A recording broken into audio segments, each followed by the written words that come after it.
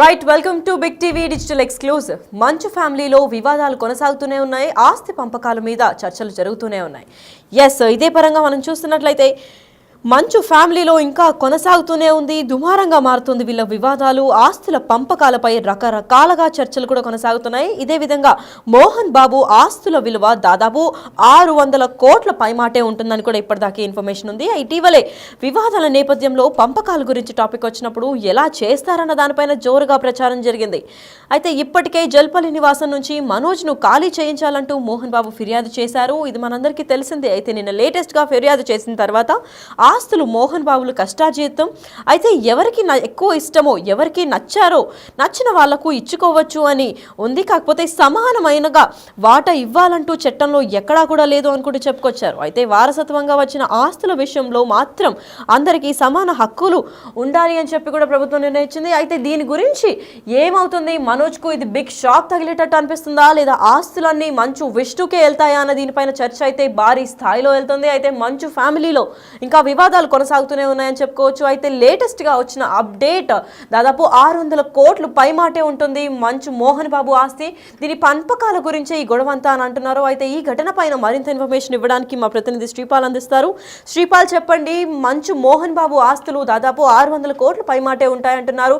అయితే ఆస్తులు ఈక్వల్గా పంపించుకోవడానికి ఎక్కడ కోర్టులో కూడా లాస్ లేవు, ఇష్టం వచ్చిన వాళ్ళకే ఆస్తులను ఇవ్వచ్చు అని చెప్పారు మోహన్ బాబు. అయితే ఈ పరంగా విష్ణుకి అన్ని ఆస్తులు దక్కుతాయి అనుకోవచ్చా? ఖచ్చితంగా ఈ దక్కుతాయని చెప్పుకోవచ్చు. మంచి ఫ్యామిలీలో కొనసాగుతున్న దుమారం అయితే ఆస్తుల పంపకాలపై రకరకాల చర్చ జరుగుతుంది. అయితే మోహన్ బాబు ఆస్తుల విలువ ఇప్పుడు 600 కోట్లు పైమాటే అంటున్నారు కొంతమంది సన్నిహితులు. ఎందుకంటే ఇటీవల వివాదాల నేపథ్యంలో అయితే పంపకాలు అయితే ఎలా చేస్తారన్న దానిపై అయితే జోరుగా ప్రచారం జరుగుతుంది. నిన్న అతను కంప్లైంట్ చేయడం, కలెక్టర్ కి కంప్లైంట్ చేయడం, అతని ఇల్లు ఖాళీ చేయించడం అని చెప్పేసి కూడా ప్రభుత్వానికి ఒక విజ్ఞప్తి చేసుకున్నాడు మేజిస్ట్రేట్ కి.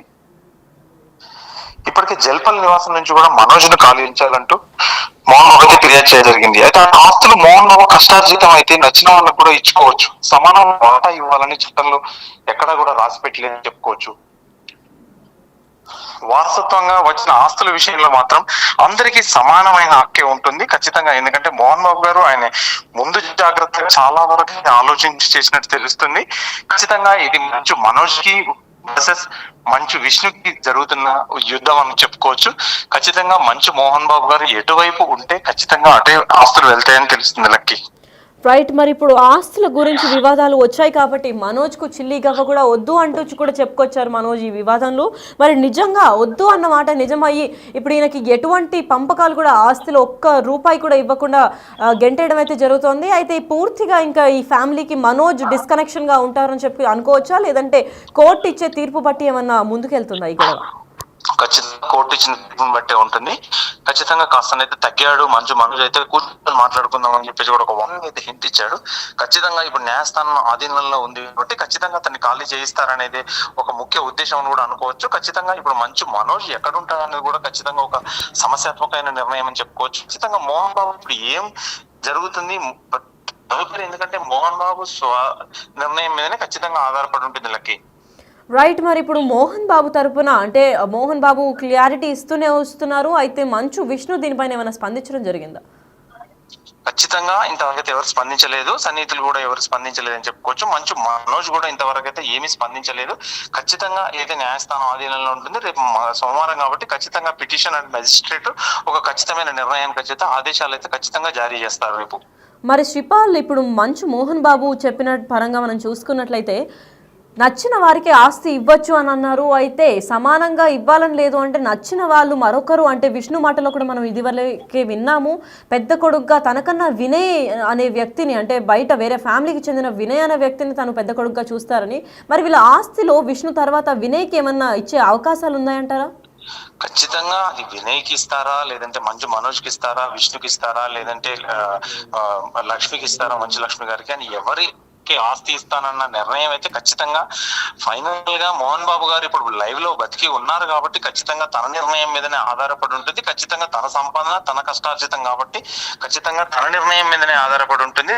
తను ఎవరికి ఇస్తాడు ఏందనేది కూడా ఖచ్చితంగా మెజిస్ట్రేట్ కూడా ఒక act compulsory senior citizen act కిందనైతే ఖచ్చితంగా నాకు ఈ ఆస్తులు ఇప్పించేలా చూడాలని చెప్పేసి కొడుకుల నుంచి భద్రత కోరుకునే ఏర్పాట్లు చేయాల్సిందిగా ఖచ్చితంగా గవర్నమెంట్ మోహన్ బాబు గారు లకి. మరి వారసత్వంగా వచ్చిన ఆస్తుల విషయంలో మాత్రం అందరికీ సమానమైన హక్కు దక్కాలి అని చెప్పి చట్టం చెప్తుంది. కాబట్టి ఇప్పుడు మంచు మనోజ్ కూడా తిన ఆస్తుల కోసం పోరాటం చేస్తాడనుకోవాలా, లేదంటే సైలెంట్గా సైడ్ అయిపోతాడని అనుకోవచ్చా? ఖచ్చితంగా పోరాటం చేస్తాడని తెలుసుకోవచ్చు. ఖచ్చితంగా ఏం జరుగుతుంది అనేది రేపు మెజిస్ట్రేట్ ముందు ఏం చెప్తారు, వీళ్ళ వాదనలు ఏంటనేది కూడా ఖచ్చితంగా అసలు ఏంటి నోటీస్ ఏమి ఇచ్చారనేది కూడా ఖచ్చితంగా రేపు తెలియాల్సింది Lucky. Right, thank you so much for the information Sripal.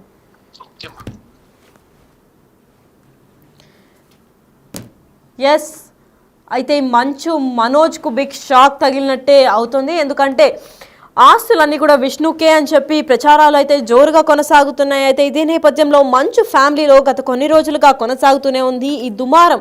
అంటే వివాదంగా స్టార్ట్ అయ్యి ఇది మొత్తం దుమారం లేపుతోంది. ఆస్తుల పంపకాలపై రకరకాల చర్చలు కూడా సోషల్ మీడియాలో, ఇంకా పలు రాష్ట్రాల్లో కూడా, అంటే ఆంధ్రప్రదేశ్ ఇంకా తెలంగాణలో కూడా పెద్ద చర్చనీయాంశంగా ఈ టాపిక్ అయితే నిలిచింది. అసలు మనోజ్ ఎందుకు బయటకు వచ్చారు, ఎందుకు వీళ్ళ నివాసం ఖాళీ చేయించమని మోహన్ బాబు చెప్పారు, అసలు వినయ్ అన్న వ్యక్తి ఎవరు, విష్ణు ఎందుకు వెళ్ళి చక్కెర పోసారు, ఇదంతా ఒక కన్ఫ్యూజ్డ్ గేమ్ లాగా ఉన్నప్పటికీ దీనికి ఎప్పుడు ఎండ్ కార్డ్ పడుతుంది అని అనుకునే టైంలో ట్విస్ట్ మీద ట్విస్ట్లు అయితే బయటకు వస్తున్నాయి. అయితే మనం అంచనా వేసినట్లుగానే మోహన్ బాబు ఆస్తుల విలువ దాదాపు 600 కోట్ల పైమాటే ఉంటాయన్న విషయం మనందరికీ తెలుసు. అయితే ఇటీవలే వివాదం నేపథ్యంలో కూడా పంపకాల గురించి టాపిక్ వచ్చినప్పుడు ఎలా చేస్తారన్న దానిపైన అంటే మొత్తం ఇరు రాష్ట్రాల్లో కూడా జోరుగా ప్రచారం జరిగింది. అయితే ఇప్పటికే జల్పల్లి నివాసం నుంచి మనోజ్ను ఖాళీ చేయించాలన్నారు.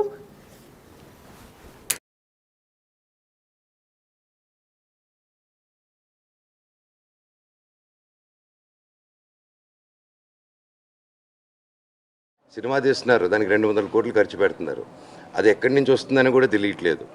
So these are all my questions. And ఇది ఎలాగా అనేది మీరు చెప్తే ఒకరిని నిలబెట్టేదానికి ఇంతమంది స్టూడెంట్స్ని, ఇంతమంది లోకల్ విలేజర్స్ని వాళ్ళ కష్టాన్ని మీద కొడతాం అనుకుంటే మాత్రం ఇది చాలా కరెక్ట్ కాదు.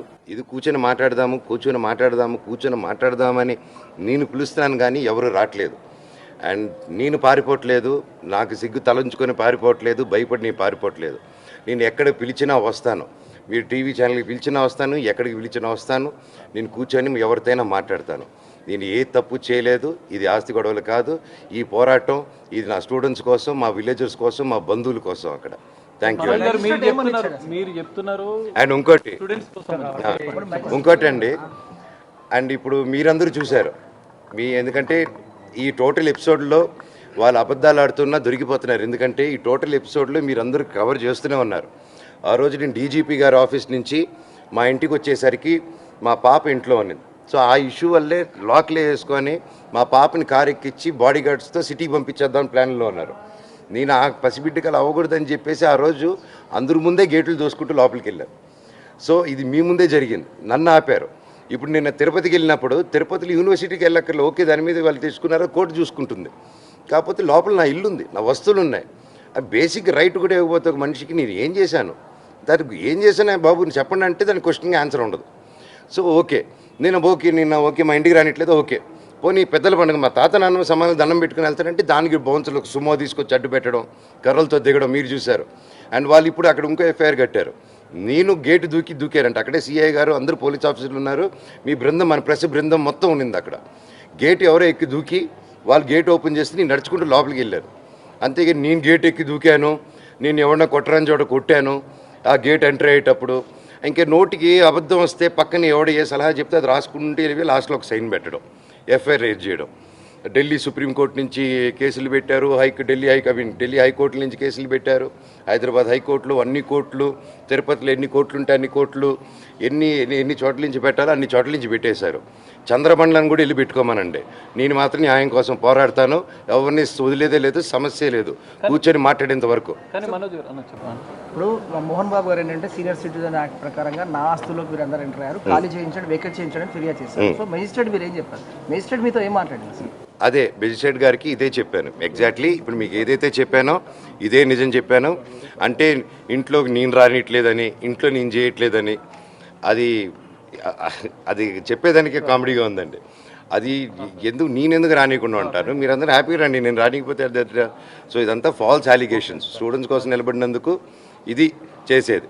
థ్యాంక్ యూ అండి. సార్ ఒకటి ఫైనల్గా సీనియర్ సిటిజన్గా డిస్ట్రిక్ట్ మెజిస్ట్రేట్ని ఆశ్రయించారు, దీనిపైన మీరేం చెప్తారు?